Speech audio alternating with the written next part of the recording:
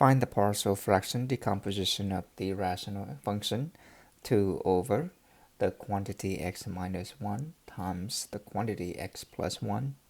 There are two distinct linear factors in the denominator, and so we use each of the factors in the simpler denominators x minus 1 and x plus 1.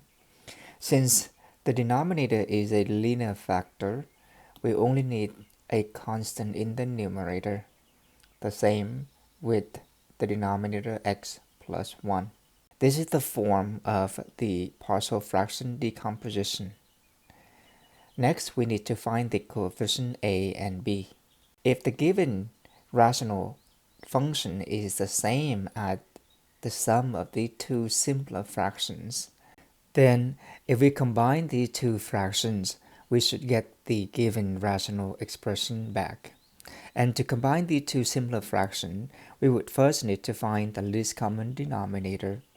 The least common denominator is x minus 1 times x plus 1.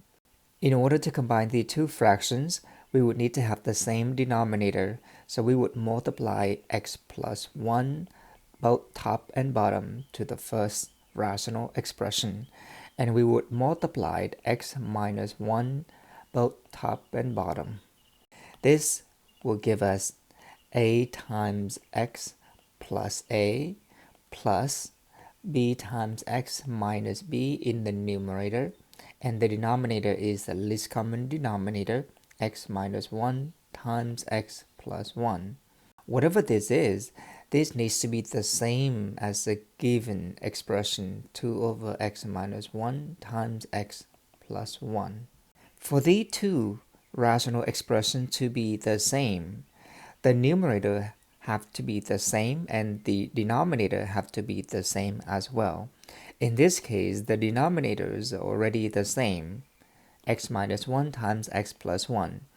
And so it must be the case that the numerator 2 equals ax plus bx plus a minus b. We then combine like terms. The trick is to factor out the variable. And so we have a plus b, and we factor out x plus, and then we group the constant term a minus b. This will be equal to 2 plus 0x. 0x plus 2 is 2. We added the 0x term, which is nothing, because on the right hand side there is a term with x. Comparing the coefficients, we see that on the left hand side the coefficient of x is 0, and on the right hand side the coefficient of x is a plus b.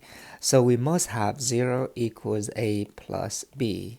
Similarly, the constant coefficient on the left hand side is 2, and the constant coefficient on the right hand side is 8 minus b. So we must have 2 equals a minus b.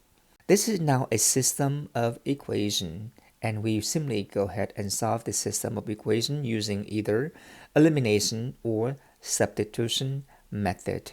If we were to add the two equations, we have 2 equals 2a plus 0, and so that a equals 1. If a equals 1, then b has to be negative 1, because a plus b equals 0.